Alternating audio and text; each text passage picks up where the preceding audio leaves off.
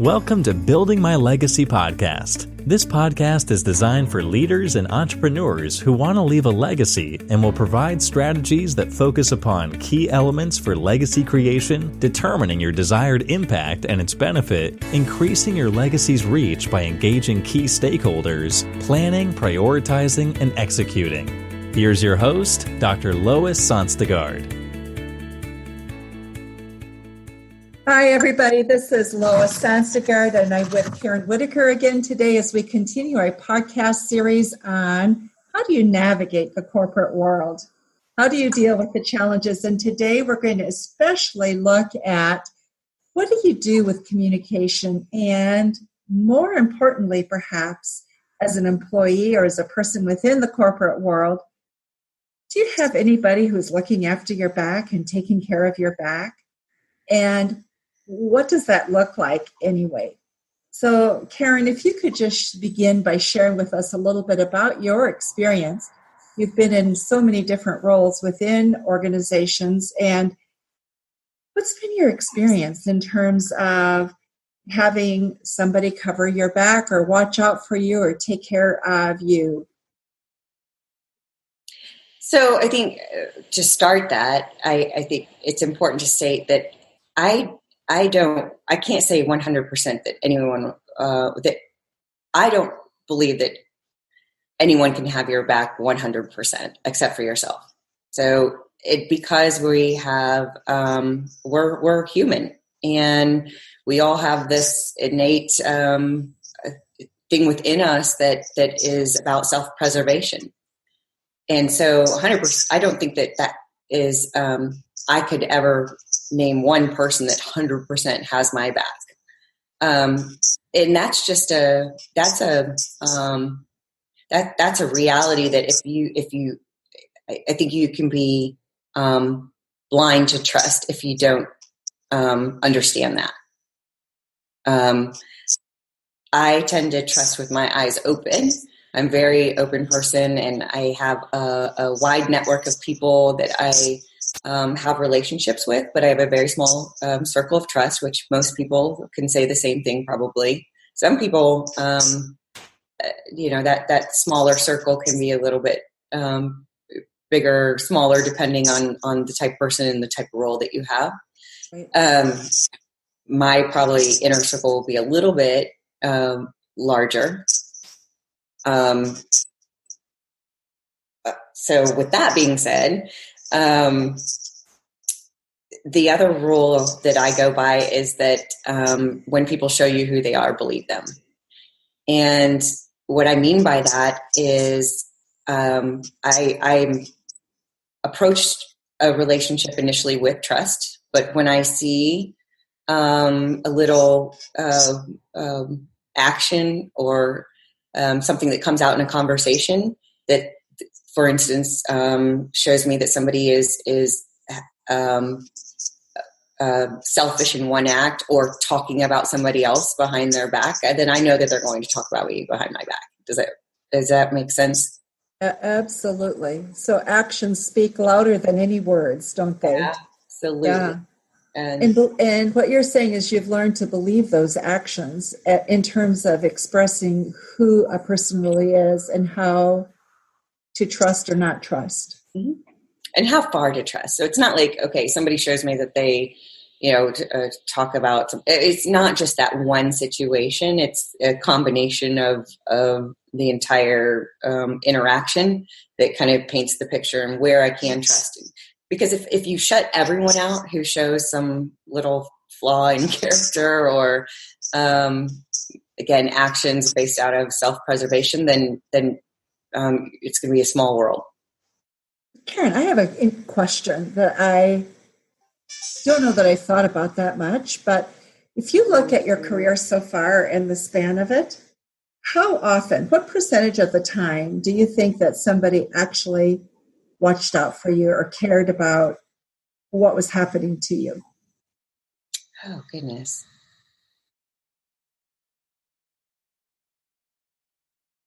If I had to put a number to that, I mean, it's very small. Now, and I'm not saying that I had a lot of people that supported me that would that would, given the opportunity, would plug something in and or say something positive or provide feedback strategically to somebody that was in my direct line of reporting to help me. But I think you're foolish to think that 80% of the time people have your back fully. Okay, so do you think 5%, 10%? Probably. Mm-hmm. So that's interesting. So what that's saying is about 95% of the time, there's a sense of being alone within the organization. It can be. In terms of, right? So if you look at Gallup's research, that's incredibly important because when we feel connected, our productivity increases, and actually it can increase as much as 14%. And think of what the cost is, or the cost benefit to an organization with that simple tweak, so to speak. Can you go on and just give some... Go ahead. Into that. It's because you spend so much time and energy protecting yourself. Interesting. Right? Yeah. That's where the productivity drain can be.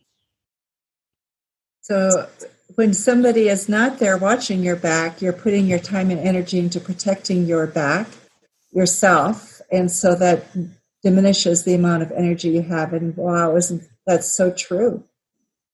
Can you give us some examples of when you felt like somebody had your back, or when somebody was watching out for you and taking care of your welfare? Sure, absolutely. Well, I'll give you one good example. A counterpart of mine, we had different roles, but reported up to the same leadership. And there were numerous occasions where my management would make some kind of statement of a judgment or a perception they had of me. And he was so selfless in his response, because he could have protected his own and said, okay, this is a chance for me to get even closer with my boss. But he felt that was an injustice to me, and was not afraid to speak up and share his thoughts about the perception or judgment, no matter how contradictory it was. So when that happened, what then also happened to your sense of how you felt about your job, or about him as a manager, perhaps? My manager? Was he your manager? No. So he was a peer. Okay, a peer. Who reported up to the same leader. So how did that impact your relationship? With my peer or with my manager? Okay. Yeah. It just brought us closer, and I reciprocated in kind. Any opportunity that I had as well. But how it impacted my relationship with my manager? Again, go back to the nobody. 100% can have your back. There's no safety in any relationship when it comes to business. Okay. What would you have liked? What would have made you feel more like there was that sense of security, so that you didn't have to spend energy watching out for your own back, so that you could really be more productive? I think transparency. If my manager had an issue or criticism about my work, then talk to me about that. Don't talk to my peer about that. I'm not perfect. None of us are perfect, and we deserve that transparency, that real-time feedback. And you know what? That kind of constructive criticism can build trust. It can build trust, can't it? Yeah. If it's managed in the right way. So the way it was managed, I felt attacked. Therefore, walls went up, more walls went up, and more protection. I felt like I had to protect myself from my manager, not knowing when that was going to come out, knowing that probably that was going to be on my MBO, so impact my pay. But that's not real time feedback. That made me feel very insecure. That when the blow was going to come and how was it going to be delivered. I think so many people complain about how millennials behave within the workplace. And certainly there are some justifications to some of the criticisms. One of the things, but I think also millennials have given us an incredible gift because they've asked questions and said things that we should have been asking and talking about long, long ago. And one of the things that millennials say that they want is they want feedback. They want feedback frequently. They don't want the experience that you had where, who knows, when down the road, you look at you have the MBO, you have the review, and then you realize your monetary reward will be impacted by whatever it was that got put in there that you don't know, that you couldn't defend. Right. So millennials are saying to us today, I want feedback often. And by often, they're saying weekly at least, but daily preferred, and more often than daily if possible. So what they're saying is, it's what we have known as parents. Mm-hmm. If you want a child to change its behavior, you have to go to the child immediately at the moment that something happened, talk with them about it in order for them to really understand what it is that they're going to change so that they can manage their behavior differently. Same thing is true of us in the workplace, isn't it? We feel dishonored, almost victimized in a sense, when feedback comes long, long after something has happened. And to your point, here's the that drives an even bigger wedge. It was a perception that some of them were, some of the statements could be true, but some were not. And without having that more frequent interaction, I can't defend it on paper. It's not a conversation, right? And if I did, then it was you're being defensive. You can't take criticism. But here's where you may have what you were seeing, manager, and this is what you didn't have visibility to that was driving those actions or that decision making. And had I known at the time, I could have divulged that information and we could have made a better decision then. And maybe I needed to redirect my behavior, or maybe the reality was there were circumstances you weren't aware of that made that the right decision or the right reaction.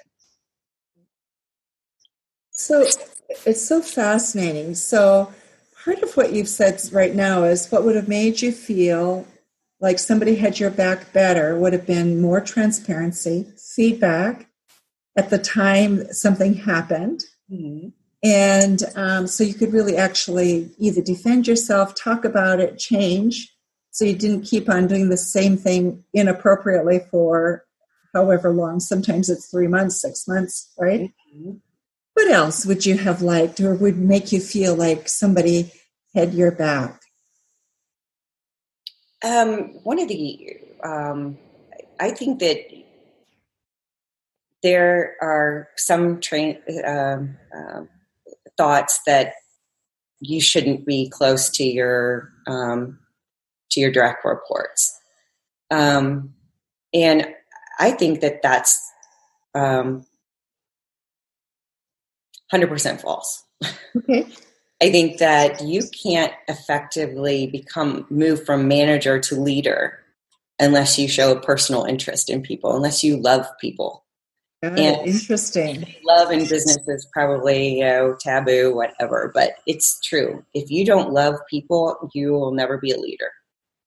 And I think that when you I'm not saying you have to go to dinner at their house and, be the godparent of their children, but take an interest in someone personally. That helps build that trust. And then when it comes to those difficult conversations, the redirects, the constructive criticism or feedback, they're much more willing to listen and accept it because they know it's coming from a good place and that you have their best interest at heart. Having their best interest, caring. What you're really saying is it's a lot about caring, letting them know that as an individual, they're important and you value who they are and what they contribute. That goes along with Gallup's research in terms of when people feel like they have a friend at work, profitability actually increases. When people are able to do what they do well, and you can't do what you do well if somebody doesn't know what you do well, right? Then profitability increases tremendously. And these are some things that are small and not that difficult to do. They don't cost money, but they impact the bottom line. Agree. What else? Anything else? I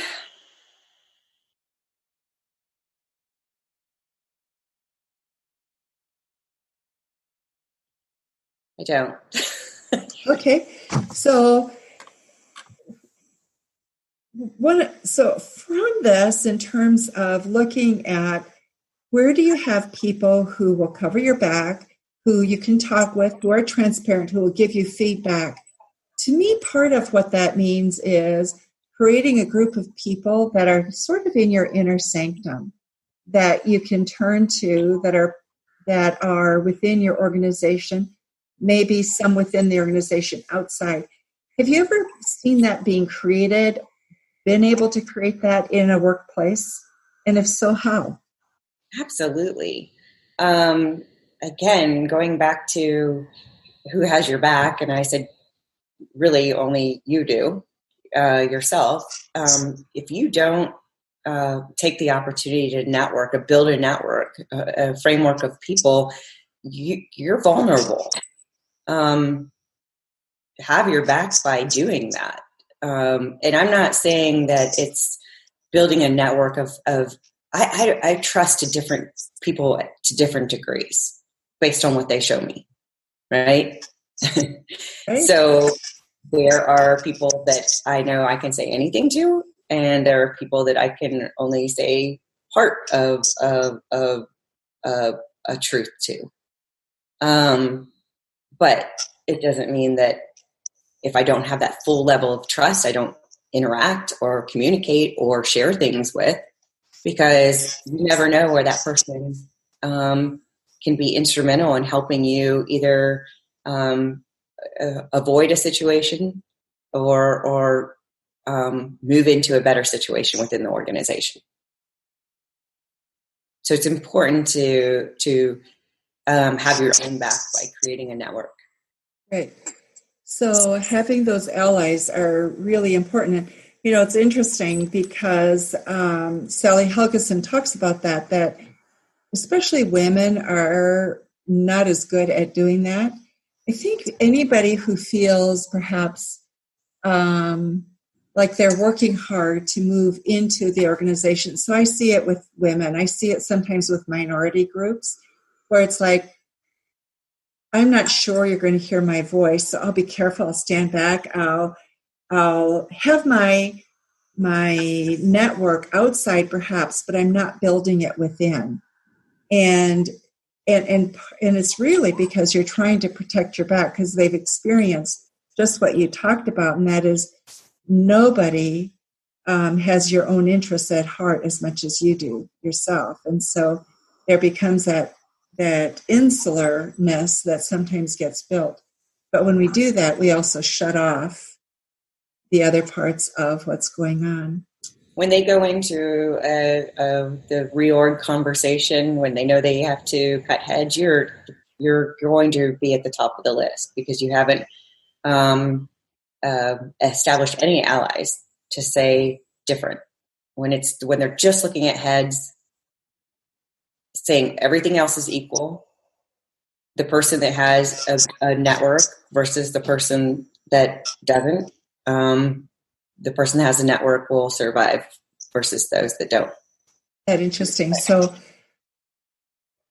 fascinating. And so, Karen, what I wanted to do is to just summarize some of what we talked about with some work that Keith Ferrazzi has put together in his book that calls Who Has Your Back. So wonderful. It's a delightful book and very practical in terms of suggestions. But I think that one of the things that I was told early on in my career was, who within the organization do you need to network with, that you need to build relationships with?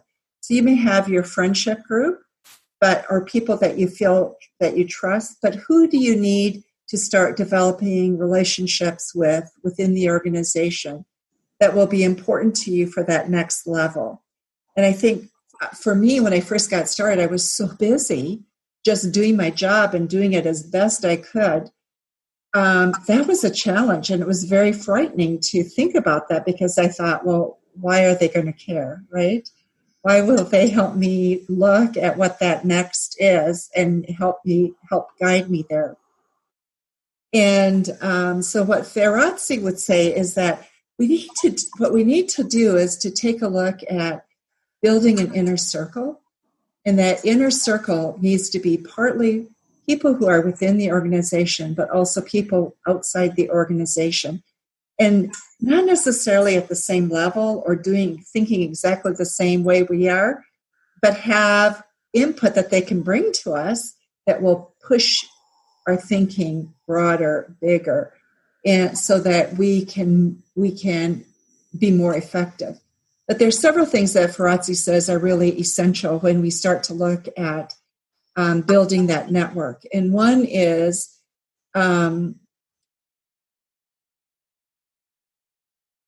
how much is that person able to speak candidly with me as a person? Will they be honest? Will they be open? And that's one of the things you said is, if people would only be more honest and open, I could adapt. And so many times what we need is to just identify 2-3 people. Let them know you're a part of my inner circle. I'm really relying on you. I'm going to come back to you regularly to get feedback because I need input. Otherwise, I'm vulnerable. Really, right? We're all vulnerable without feedback. Mm-hmm. And then an agreement. Will you please hold me accountable? So if I'm doing something in a meeting that's not working, please get back to me, and get back to me as soon as possible so I don't keep redoing it. Right? And then I think the other thing that we don't talk about enough is, what's that person's spirit of generosity? And by that I mean, there are things that happen where we go, I just hold that in because I'm uncertain about that. And maybe it's okay. Sometimes it's good to ponder and keep your mouth shut. But generous people will also come to you and say, Karen, I observed this and I don't know, I may be way, way off base. Just want you to think about it because this is how I was responding. And if I'm off base, I'm off base. Just wanted it in case it's important, right? Mm-hmm. Now I have a choice to be able to say, yep, you know what, you've got a point. I better take a look at that. Or, you know what, right now, given what's going on, it's really not an important consideration, but I'll keep it in my head because down the road it is perhaps going to be. But one of the keys that I didn't realize until I was talking with Ferrazzi for looking at generosity is, will that person receive generosity back? Because if they won't receive it back, they probably aren't able to give it the way you need it to be. Mm-hmm. Isn't that, to me, that was really important. And then another in terms of your inner circle is, do you have diverse opinion? And I like this because in today's discussion right now, we have, I think, so misunderstood the value of diversity. Why is it we want women in a group? Well, it's because we share differently. We think differently. We color with different colors. The same is true with minority groups. And we do that, all of us, because of experiences that we have, right? Mm-hmm. And so we come with this different thinking. And it's the different thinking, not the fact that we're different. It's the different thinking and the contributing of it that makes us so much more able to grow and to be able to really move on. Yes. So yeah, go ahead. You in that I thought of an example because we're talking about our inner circle, but you have to trust. You have to establish relationships beyond that, right? To be not only to get information that can help you, but also have others that can also have your back in other situations, right? Depending on the size of the organization, but be very strategic in that wide net. And I'll give you a good example. I was when I started at my last company, I was 3 or 4 management layers below the general manager, but I knew that this person carried a lot of weight. They had been with the company a long time. They had a very strong network, and that person was going to be instrumental to me in some way if I could establish some initial rapport with them. And that putting myself out there is what kept me, what saved my position with the company, and what got me the future opportunities for the 10 years that I was there. So you don't do yourselves any favor by 100% flying under the radar. Most people would be like, I don't want my name in that person's mouth because they wield too much power. And I was like, I want my name in that person's mouth in a good way. Right. Because I know that his influence can impact my future at some point. So important. Right. So it's a strategy about building a network and your trust chains. Now, that's not somebody that would ever be in my inner circle just because of the imbalance of power and position. But again, just a little piece of advice there to be very strategic about that network that you create. So true. You know, Karen, it's amazing, but we've been at this talking about who has your back for nearly 30 minutes now. Yep. And so it's just amazing when we talk about something that is really dear to our hearts or that we've experienced. Time does fly so quickly. And one of the reasons why I really wanted to talk about this is when I talk with people in management positions and I ask them that question, often people will kind of look at me a little uncomfortably, afraid, right? Because we don't know how to respond to that. The people in sort of middle management usually can identify 2-3 people who are within their sphere that they relate with and share and kind of pass things back and forth so that they can really assess and help each other grow. As I move up the chain and start working with C-suite people and ask that question, I generally get a very different response. It's almost a deer in the headlights response, like, well, never. And so I have thought about that a lot. And as you think about if people at the top don't have anybody watching their back and they don't understand they've had to learn how to totally be self-sufficient, defend themselves, and fight, duke it out so that they can keep where their position. Being able to look at other levels and see why that's so important, it's going to be more difficult, right? Mm-hmm. And so this is one of the topics that I want to come back to and do a lot more work with. And so those of you who are listening, this is an area in which you may find yourself at some point receiving a survey from me, because I really want us to begin to sort through how is it that we're building and growing people, but how do we also look at protecting our own back, our own self-preservation, and allow ourselves to grow and not be bounced around like a ping pong ball within an organization, right? And so that we're more proactive in terms of where it is that we're trying to go. And I think it is our responsibility to identify that. If you have thoughts, please let us know, let me know. Karen is going to be back, and we're going to be doing several more of these sessions on how do you navigate the corporate world. So I'm really looking forward to your input, your feedback, your comments, anything that you can contribute to our being able to make this more meaningful to you would be helpful. So Karen, thank you so much. You are so wonderful to be vulnerable with this whole audience and share your experience and also your time. Thank you. Oh, you're welcome. It was great. Thank you, Lois. You've been listening to Building My Legacy podcast with Dr. Lois Sonstegard. To book your appointment with Dr. Sonstegard, visit www.buildtomorrow.com.